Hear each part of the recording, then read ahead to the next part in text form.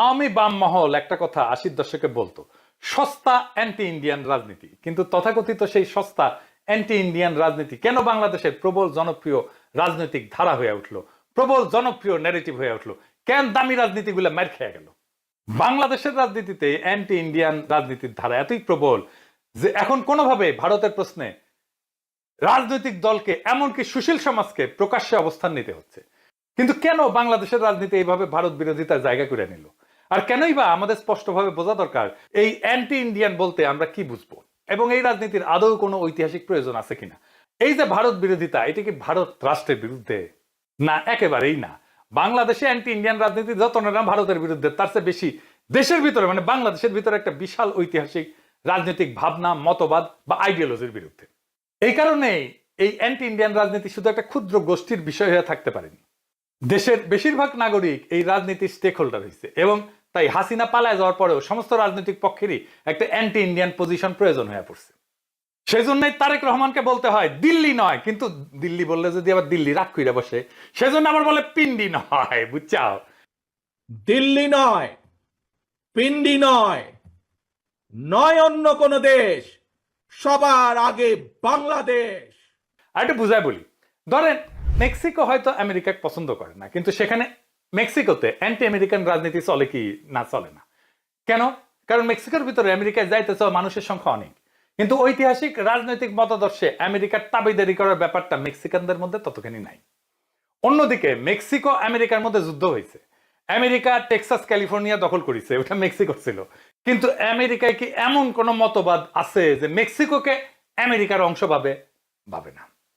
এখন ইন্ডিয়া এবং বাংলাদেশের দিকে নজর দিলে আমরা দেখব মেক্সিকো আমেরিকায় ওই না থাকা দুই ব্যাপারই এইখানে খুবই সক্রিয়। না থাকা কি ব্যাপার? আগে যেটা কইলাম সেটা হইতেছে ভারত বাংলাদেশকে তার ঐতিহাসিকভাবে অংশ মনে করে, এবং বাংলাদেশের মধ্যে ভারতপন্থী একটা রাজনীতি খুবই সক্রিয়। আবার পাকিস্তানে অ্যান্টি ইন্ডিয়ান মন তুমুল ভাবে আছে, কিন্তু তাদের রাজনীতিতে বাংলাদেশের মতো অ্যান্টি ইন্ডিয়া পজিশন ততটা গুরুত্ব নাই। কেননা পাকিস্তানের ভিতরে ঐতিহাসিক রাজনৈতিক মতবাদ হিসেবে ইন্ডিয়া প্রীতি নাই, বাংলাদেশের মধ্যে আছে। যদিও বাংলাদেশকে ভারত যেমন নিজের অংশ হিসেবে দেখে, পাকিস্তানকেও ঠিক তেমনি দেখে, কিন্তু পাকিস্তানের মধ্যে ভারতপন্থী কোনো রাজনীতি নাই, বাংলাদেশের মধ্যে ভারতপন্থী রাজনীতি আছে। বাংলাদেশের একটা বড় জনগোষ্ঠী আওয়ামী লীগের নেতৃত্বে, আওয়ামী লীগ, সিপিবি, বাম, নাস্তিক ভারতের রাজনীতিটা করে। তার মানে পাকিস্তানে অ্যান্টি ইন্ডিয়া রাজনীতিতে পাকিস্তানে থাকা ইন্ডিয়ান লেসপেন্সারদের ডিল করতে হয় না। বাংলাদেশে একটা বিশাল জনগোষ্ঠী আছে যারা ইন্ডিয়ান লেসপেন্সার, আমাদের আসলে তাদেরকে ডিল করতে হয়। পাকিস্তান রাষ্ট্র ইন্ডিয়া রাষ্ট্রের সাথে যুদ্ধ করে, আর আমরা বাংলাদেশের ভিতরে থাকা ইন্ডিয়ান দালালদের সাথে যুদ্ধ করি। এটাই তফাৎ। বাংলাদেশের ভিতরে ইন্ডিয়ান লেসপেন্সাররা কি বন্দুক নিয়ে যুদ্ধ করে আমাদের সাথে? না, তাদের হাতে আছে মতাদর্শ, অসাম্প্রদায়িকতা, ধর্মনিরপেক্ষতা, মুক্তিযুদ্ধের চেতনা, বাঙালি জাতীয়তাবাদ, ধর্মান্ধতার বিরুদ্ধে লড়াই, মৌলবাদের বিরুদ্ধে লড়াই, আমার সোনার বাংলা, রবীন্দ্রনাথ, প্রগতিশীলতা, এই সমস্ত মতাদর্শ নিয়ে। প্রথমে দেখি বাঙালি জাতীয়তাবাদ কেন একটা ভারতীয় মতাদর্শ। আপনি দেখেন আজকের ভারত তার ভিতরের কয়েকটা জাতীয়তাবাদী আন্দোলন নিয়ে খুবই উদ্বিগ্ন, যেমন তামিল জাতীয়তাবাদী আন্দোলন, খালিস্তান নিয়া, নাগা জাতীয়তাবাদী আন্দোলন নিয়া, মণিপুর নিয়া, তেলেগু জাতীয়তাবাদী আন্দোলন নিয়া। ভারতীয় ইউনিয়ন অটুট থাকবে কিনা তা সামলাইতে দিল্লি খুবই বিপাকে। কিন্তু এদিকে বাঙালি জাতীয়তাবাদের হাতে একটা পুরা দেশ থাকলেও পশ্চিমবঙ্গ নিয়ে ভারত কিন্তু মোটেও চিন্তিত না। সে মনে করে না যে পশ্চিমবঙ্গ সুইটা বাংলাদেশের সাথে যুক্ত হয়ে যাবে, বড় উল্টা বাংলাদেশের বাঙালি জাতীয়তাবাদের সঙ্গে ভারতের যত খাতির। খুব অদ্ভুত ব্যাপার না?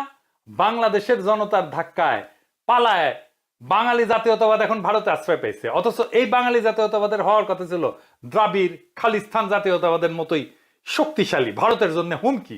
পশ্চিমবঙ্গ ভারতীয় ইউনিয়ন থেকে বাড়ায় বাংলাদেশে ঢুকে পড়ে কিনা এই বিষয়ে তো চিন্তিত থাকার কথা ভারতের, কিন্তু চিন্তিত আছে কি না? তাহলে ঘটনাটা কি? কেন এমন? বাঙালি জাতীয়তাবাদ কেন বা কিভাবে ভারতকে পছন্দ করে? কেন দিল্লির কাছে তা হুমকি বলে মনে হয় না? এই ব্যাপারটা বুঝতে আমাদের যাইতে হবে একটু পিছনে। ইংরেজ উপনিবেশিক শাসনে, কলোনিয়াল শাসনের রাজধানী কলকাতার দিকে নজর দিতে হবে কিছুটা। তারপরে 1885 সালে কংগ্রেস জন্ম নেওয়ার পরের রাজনীতির দিকে নজর দিতে হবে। 1900 সালের পরে তো অবশ্যই, তারও আগে 1857 সালের মহাবিপ্লব, যেটাকে সিপাহী বিপ্লব বলে ইন্ডিয়ানরা, ওই সময় থেকে ব্রিটিশ ইন্ডিয়া শব্দটা আপনি বারবার পাবেন। মনে হবে যেন এটি স্বাভাবিক।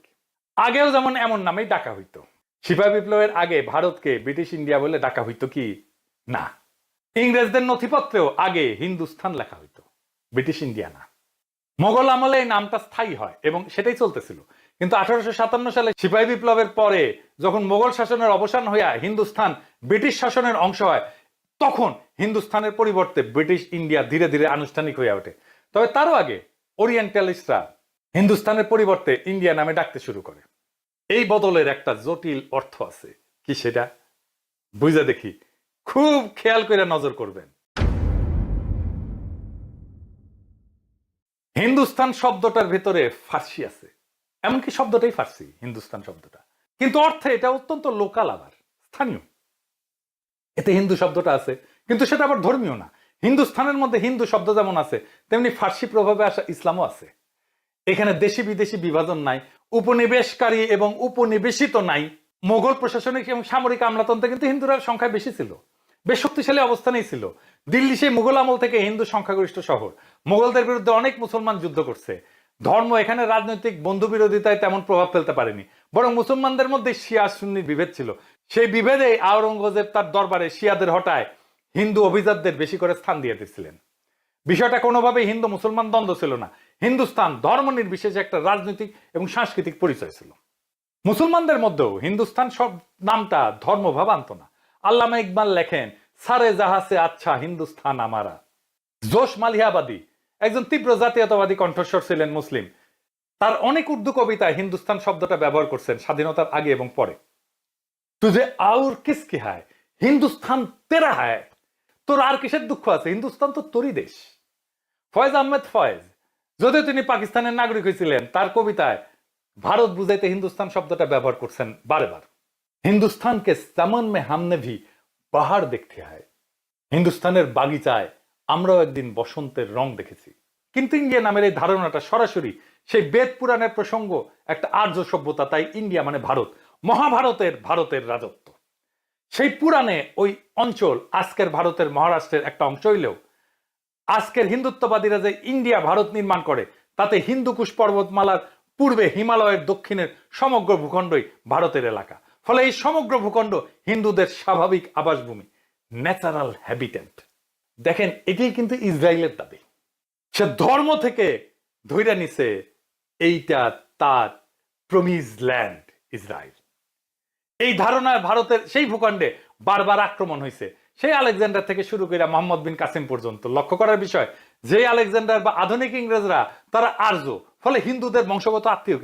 কিন্তু আরবরা সেমেটিক, মধ্যপ্রাচ্য থেকে আসছে। উপরন্ত রাজা আলেকজান্ডার এখানে কোনো ধর্ম রেখে যায়নি, কিন্তু আরবরা ইসলাম নিয়ে আসছে এবং ছড়াইছে হিন্দুদের স্বাভাবিক আবাসভূমিতে। এইটা একটা অন্যায় করে ফেলছে মুসলমানেরা। তাই আরবরা বিদেশি, ইসলাম বিদেশি, ইনভেডার, আক্রমণকারী। আলেকজান্ডার ইনভেডার না, ইংরেজরাও ইনভেডার না, ইনভেডার মুসলমানেরা, তারা বহিরাগত। আপনাদের মনে আছে বর্ষা বিপ্লবের আগে আমি পাঠ্যপুস্তক নিয়ে এপিসোড বানাইতেছিলাম। আমি দেখাইতেছিলাম কিভাবে বাংলাদেশের পাঠ্যপুস্তকে মুসলমানদের বহিরাগত হিসেবে দেখানো হয়েছে। এটাই ইন্ডিয়ার গ্র্যান্ড প্ল্যান। ও বাংলাদেশের জনগোষ্ঠীকে একেবারে ইন্ডিয়ান বানাই ফেলতো পুরাই মননে। অর্থাৎ হিন্দুস্তান নামের মধ্যে যে শত্রুর অনুপস্থিতি ছিল, সেই শত্রুকে খুঁজে পাওয়া গেল ইন্ডিয়া বা ভারত এই নামের ধারণার মধ্যে। 19 শতকের দ্বিতীয়ার্ধে যে ইন্ডিয়ান ন্যাশনালিজম গড়ে উঠতে দেখি আমরা, তার গোড়ায় সেই হিন্দুত্ববাদী চিন্তা।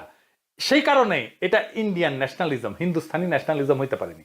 এবং হিন্দুত্ববাদের উপরে নির্ভর করতে গিয়া ইন্ডিয়ান ন্যাশনালিজমকে একটা বিশ্বাসঘাতকতা করতে হয়েছে। 1857 সালের সেই মহাবিপ্লবের সাথে সিপাহী বিপ্লবের সঙ্গে বিশ্বাসঘাতকতা করতে হয়েছে। সে বিশ্বাসঘাতকতা না করলে হিন্দুস্তান সেইরা ইন্ডিয়ান হওয়া যেত না। বিশ্বাসঘাতকতা কি? কংগ্রেস, বিজেপি কেউ স্বীকার করে না যে সিপাহী বিপ্লব আসলে নিছক সিপাহীদের বিপ্লব ছিল না, এটা বিদ্রোহ ছিল না, এটা ভারতবর্ষের প্রথম স্বাধীনতা সংগ্রাম ছিল। ভারতীয় জাতীয়তাবাদের প্রথম প্রজন্ম দাদাভাই নওরোজি, গোখলে, রনারে, সুরেন্দ্রনাথ ব্যানার্জি প্রমুখ সিপাহী বিপ্লবকে একটা বিদ্রোহ হিসেবে সেনা অসন্তোষ বলে চিহ্নিত করছেন, জাতীয় মুক্তি সংগ্রামের অংশ হিসেবে করেন নাই। এদের ব্যাখ্যায় ছিল সিপাহীরা ছিল অনিয়ন্ত্রিত, ধর্মান্ধ, কুসংস্কারগ্রস্ত, যারা আধুনিক জাতীয় চেতনার ধারক না। অথচ বাস্তবে 1857 সালের বিদ্রোহে ধর্ম, সংস্কৃতি, ইতিহাস এবং ভূমি রক্ষার সংগ্রামে এক হয়ে গেছিল হিন্দুস্তানবাসী। এটা একটা জনযুদ্ধের রূপ নিয়েছিল। উত্তর এবং মধ্য ভারতে। ভারতীয় জাতীয়তাবাদী ইতিহাস চর্চা, বিশেষ করে নেহেরু গান্ধী পরবর্তী রাষ্ট্রীয় বয়ানে সিপাহী বিপ্লবকে একটা ব্যতিক্রমী ঘটনা হিসেবে দেখাইছে, যেন এটা জাতীয় মুক্তিযুদ্ধের ধারাবাহিকতায় কোনো গুরুত্বপূর্ণ মাইল ফলকই ছিল না। স্কুলের বই ইন্ডিয়ায় দেখানো হয় যে সিপাহীরা শুধু ধর্মীয় কারণে ক্ষুব্ধ ছিল, রাজনৈতিক লক্ষ্য ছিল না। গল্প বানানো হয় গান্ধী প্রথম সত্যিকারের জাতীয়তাবাদ আনছেন 1947 সালে। তাই কংগ্রেসের গান্ধী নেহেরুর তৈরির রাষ্ট্রের নাম ইন্ডিয়া এবং ভারত হিন্দুস্তান হইতে পারেনি। তাদের জাতীয় সঙ্গীত হইতে পারেনি সারা জাহাসে আচ্ছা হিন্দুস্তান আমারা। মহাভারতের ধারণা ভারত রাষ্ট্রের গোড়া হওয়ার কারণেই নেহেরু কংগ্রেসের জন্য ইউনাইটেড ইন্ডিয়া প্রয়োজন হয়ে দাঁড়াইছিল। সেই কারণে জিন্নার কনফেডারেট ইন্ডিয়া গঠনের প্রস্তাব তারা প্রত্যাখ্যান করে, বা বাংলাদেশ নামে আলাদা একটা রাষ্ট্রের ধারণা জিন্না মানলেও কংগ্রেস নেহেরু তা মেনে নেয় না। এই জন্যই সিকিম বা হায়দ্রাবাদ দখল করতে হয়েছে নেহেরুর কংগ্রেসকে, ভুটানকে করদ রাজ্য বানাইতে হয়েছে, সমস্ত প্রিন্সলি স্টেটকে খাইয়া ফেলতে হয়েছে, শেষে কাশ্মীরকেও খাইয়া দিছে। খেয়াল করলে দেখবেন ইন্ডিয়া একটা কান্ট্রি ইন মেকিং। 1947 সাল তার আধুনিক সূচনা বিন্দু মাত্র। একটা নদীর যেমন চর জাগে নতুন জমি হয়, তেমন ভারত ক্রমাগত তার বর্ডার বাড়াইছে, তার ভূমি বাড়াইছে। 1948 সালে 82,000 বর্গ মাইল এলাকার নিজাম শাহী হায়দ্রাবাদ রাজ্য আক্রমণ করে দখল করে নেয়। জম্মু কাশ্মীর 16,309 বর্গ মাইল এলাকা, জুনাগড় রাজ্য 3,337 বর্গ মাইল এলাকা, 1961 সালে গোয়া রাজ্য 1,429 বর্গ মাইল এলাকা, 1975 সালে সিকিম রাজ্য 2,740 বর্গ মাইল এলাকা। বাংলাদেশকে যদিও যুক্ত করে নাই, কিন্তু তাকে একটা করদ রাজ্য বানাইছে। বাংলাদেশকে ধরলে সর্বমোট 1,62,405 বর্গ মাইল এলাকা সামরিক অভিযান চালায় দখল করে ফেলে। এই এলাকা জার্মানি অথবা পোল্যান্ডের এরিয়া থেকেও বেশি।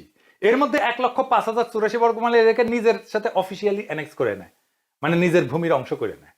আজকাল ভারতে কংগ্রেস আর আরএসএস বিজেপি অনেকের কাছে খুব আলাদা মনে হতে পারে, কিন্তু বিজেপি আদতেই কংগ্রেসেরই একটা বিবর্তিত বাছুর। কারণ সেই হিন্দু জাতীয়তাবাদীদের তৈরি ইন্ডিয়া দুইটারই স্বপ্নের শরিকির নাম। সেই কারণে গান্ধী যেমন গরুর হেফাজতি হয়েছিলেন, তেমনি ইন্দিরাও বাছুর গাইমা দিয়া তার নির্বাচনী পোস্টার বানাইছিলেন। গো রক্ষা আন্দোলন তো আসলে গান্ধীর রাজনীতি। হিন্দুস্তান ভাগ হইয়া ইন্ডিয়া হওয়ার এই আলাপের প্রয়োজন আছে কলোনিয়াল কলকাতা বাঙালি জাতীয়তাবাদের জন্ম নেওয়ার ঘটনাটা বোঝার জন্য। কারণ ওই বাঙালি জাতীয়তাবাদের গোড়ায় সেই হিন্দু জাতীয়তাবাদী। এই কারণেই এটা খালিস্তান বা দ্রাবিড় নাগা জাতীয়তাবাদের সমপর্যায়ের ঘটনা না, এবং এই কারণেই বাঙালি জাতীয়তাবাদ নিয়ে দুশ্চিন্তার কোনো প্রয়োজন নাই দিল্লি ইন্ডিয়ার। কলোনিয়াল কলকাতায় বাঙালি জাতীয়তাবাদ গড়ে তোলার সবচেয়ে বড় কারিগর কে, এটা না চিনলে বাংলাদেশ নিয়ে ইন্ডিয়ার পুরো রাজনীতিটা বোঝা যাবে না। এই কারিগরের নাম বঙ্কিমের বঙ্গদর্শন। আমি আলাপ করছি না জাতীয় সঙ্গীত নিয়ে আলোচনায়, দেখেছেন একটার সাথে একটা কিভাবে যুক্ত। বঙ্গদর্শনে বঙ্গ এই শব্দটার দিকে আমাদের নজর দেওয়া দরকার। বঙ্গ মানে কিন্তু বাংলা না, এবং কলোনিয়াল কলকাতার ভাষা অর্থে শুধু বাংলা শব্দটা ছিল। ভূখণ্ড বা অঞ্চল অর্থে বাংলা শব্দটা পাবেন না আপনি। ভূগোল এই অর্থে কেবল বঙ্গ শব্দটা ছিল, বঙ্গ। সেই জন্যই সিরাজুল আলম খানের গুরু চিত্তরঞ্জন সুতার যখন বাংলাদেশের ভূখণ্ডে বিচ্ছিন্নতাবাদী আন্দোলন করে, সেটার নাম হয় বঙ্গভূমি। এইটা অত্যন্ত গভীর সাইকোপলিটিক্যাল ঘটনা হিন্দুস্তানের মতো। দেখেন বাংলা শব্দটা ভূখণ্ড টেরিটরি অর্থে হিন্দুস্তান শব্দের মতো, ফার্সি ভাব আছে অর্ধেক, ফলে মুসলমানই ভাবতেন তারা বাংলাকে। তাছাড়া বাংলা খুবই সাম্প্রতিক ঘটনা, আদি এরিয়ান কানেকশন পাওয়া কঠিন। ইরানিরা আর্য হইলেও তারা পুরাণ বা হিন্দু বেদের আর্যদের চোখে ইনভেডার। উপরন্ত সেমিটিক মুসলিম ঘরানার প্রতিনিধিত্ব করে। কলোনিয়াল কলকাতার বুদ্ধিজীবীরা নিজেদের সেই বেদের আর্যদের উত্তরসূরি ভাবতেন, এবং বাংলা শব্দ লেখা ছিল তাদের পরাজয়ের লজ্জার ইতিহাস যদি এটা ভূখণ্ড হিসেবে ব্যবহার করত। বঙ্গ শব্দে তারা বেদ পুরাণের ভিতরে ঢুকিয়া 3000 বছরের ইতিহাসের দাবি করতে পারতেন, সংস্কৃতের সরাসরি উত্তরসূরি দাবি করতে পারতেন। ফলে বঙ্গের ভাষা একটা আর্য ভাষা, যেটাকে এক কথায় বাংলা বলা হলো বাংলা থেকে বাঙ্গালা থেকে বাংলা। ফলে বাঙালি একটা আর্য জাতি, যার জাতীয় ন্যাশনাল ধর্ম হিন্দু, এবং বাংলা ভাষা যেমন সংস্কৃতের কন্যা তেমনি বাঙালি জাতি সেই বেদ পুরাণের আদি আর্যদের একটা শাখা। ফলে বাঙালি একটা জাতি যারা ইন্ডিয়ান নামের মহাজাতির উত্তরসূরি, এবং বাঙালির মতো আরো অনেক শাখা মিলে এখনো সেই মহাজাতি বহাল তবিয়াতে টিকে আছে। বাঙালি এবং ইন্ডিয়ান ভারতীয় কিভাবে আত্মীয়, তাদের আর্য আত্মীয়তা এবং বাঙালি হয়ে কিভাবে ইন্ডিয়ান ভারতীয় হওয়া যাচ্ছে, দুয়ের কোনো দ্বন্দ্ব বা সংঘাত কেন নাই, এই বিষয়ে বঙ্কিম বিস্তারিতভাবে লিখছেন তার বঙ্গদর্শনে। ইন্ডিয়ান আর্য ভারত নিয়ে বঙ্কিমের স্বপ্ন পরে আগায় নিয়ে গেছেন রামকৃষ্ণের শিষ্য বিবেকানন্দ, তারপর রবীন্দ্রনাথ, অবনীন্দ্রনাথ আঁকছেন ভারত মাতা, এবং শেষ পর্যন্ত কংগ্রেস বানাইছে ইন্ডিয়া ভারত। এই যে দীর্ঘ পথ এবং তার বাঘগুলাকে বিবেচনায় রেখে আমি তাই বলি যে ইন্ডিয়া ভাগ হয়নি, বরং হিন্দুস্তান কয়েক ভাগ হয়েছে, যার মধ্যে একটার নাম ইন্ডিয়া। ফলে ব্রিটিশ ইন্ডিয়া মানে তাদের চোখে একটা অখণ্ড জমিন ভারত। বঙ্গভঙ্গ প্রতিহত করার আন্দোলনের ব্যাখ্যায় অনেকে অর্থনীতিবাদেও এই অখণ্ড ভারত বানানোর যে ইতিহাস এবং রাজনৈতিক প্রকল্প আসছে সেটা বুঝতে পারেন না। ধারণা হিসাবে বঙ্গভঙ্গ মুসলমানদের রাজনৈতিক অধিকার স্বীকৃতি দেওয়ার মধ্যে দিয়ে তাদের স্থানীয় হিসেবে মেনে নেওয়া হয়। তাদের বিদেশি ভাবা তখন কঠিন হইয়া পড়ে। ফলে যে চিন্তা থেকে বঙ্গভঙ্গ প্রতিহত করতে উঠলেন তারা, সেই চিন্তা থেকেই পাকিস্তানকেও প্রতিহত করতে হয়। বঙ্গভঙ্গ বা পাকিস্তান মানে অখণ্ড ভারতের ক্ষতি। ঠিক এই কারণেই হিন্দুস্তানের মুসলমানদের অ্যান্টি ইন্ডিয়ান হওয়ার প্রয়োজন সৃষ্টি হয়। এই অ্যান্টি ইন্ডিয়ান মানে বর্তমান ভারত রাষ্ট্রের প্রতি শত্রুতা না, বরং সেই হিন্দু জাতীয়তাবাদী ইন্ডিয়া বা অখণ্ড ভারত নামের ইতিহাস রাজনৈতিক প্রকল্পের প্রতি শত্রুতা। যেই প্রজেক্ট আজকে ভারত এগায় নিয়ে যাচ্ছে এবং যা আজকের ভারতে আরো বেশি শক্তিশালী। হিন্দুস্তানের মুসলমানদের অ্যান্টি ইন্ডিয়ান না হওয়ার কোনো উপায় নাই, কারণ তা না হলে 60 কোটি মুসলমানদের রাজনৈতিক অধিকার থাকে না। তারা যেন বা ঘুরে বেড়ানো বিদেশি অতিথি মাত্র। অখণ্ড ভারত নামের সেই ইতিহাস রাজনৈতিক প্রকল্প ওইভাবে দেখে বলে বাবরি মসজিদ ভেঙে ফেলতে হয়, তাজমহল হয়ে যায় একটা শিব মন্দির। হিন্দুস্তানের সকল মসজিদ সেই ইন্ডিয়ান আর্যদের পরাজয় এবং মুসলমানদের বেদখলের চিহ্ন। এইগুলা ওই ভূমিতে থাকার অধিকার রাখে না মোটেই, তাই ভেঙে ফেলতে হবে। এটাই ভারতের রাজনীতি। হিন্দু জাতীয়তাবাদী বর্ণবাদী, যেটা আর্য অহংকারী জেনোফোবিক বেদ পুরাণকে ইতিহাস ধরে নাও অখণ্ড ভারত নামের ইতিহাস রাজনৈতিক প্রকল্পের খপ্পর থেকে নিজেদেরকে বাঁচাইতে হিন্দুস্তানের মুসলমানদের মরিয়া রাজনীতির নামই পাকিস্তান আন্দোলন। তখনকার ইতিহাস হিন্দু জাতীয়তাবাদী ধোয়ার মতো আফসা না থাকলে সেটা হইতে পারতো হিন্দুস্তান আন্দোলন। অন্তত জিন্নার স্বপ্নের সঙ্গে হিন্দুস্তান শব্দটা বেশি মানানসই, কারণ জিন্না কোনো ইসলামী রাষ্ট্র করার চেষ্টা করেনি, বরং ব্রিটিশ ইন্ডিয়ার সংখ্যালঘুদের রাজনৈতিক অধিকার প্রতিষ্ঠার লড়াই করছেন। অখণ্ড ভারতের হাত থেকে প্রায় 25% মানুষের মর্যাদা রক্ষার চেষ্টা করছেন জিন্না। তার কথায় ব্যাপারটা এমন যে অখণ্ড ভারতে মুসলমানরা কাস্ট সিস্টেমের অধীনে চলে যাবে। আমরা দালালি চাই না, আত্মমর্যাদা চাই। আমরা করুণা চাই না, অধিকার চাই। আমরা বিভক্তি চাই না, একতা চাই। বাংলাদেশের পক্ষে একতা, অখণ্ড ভারত নামক প্রকল্পে বিলীন হয়ে যাওয়ার আশঙ্কার বিরুদ্ধে। বাংলাদেশের ভূখণ্ডের জনগণের একটাই আশঙ্কা, মহাভারত নামের ব্ল্যাক হোল আমাদের কাশ্মীরের মতো হায়দ্রাবাদের মতো খাইয়া ফেলে কিনা। এইবার কোনো বিশ্বাসঘাতকতা না, এইবার আমরা ইতিহাস লিখব নিজেদের নামে, নিজেদের কালি দিয়ে, নিজেদের স্বাধীনতা নিয়ে। আমরা পারবো ইনশাল্লাহ। ইনকিলাব জিন্দাবাদ।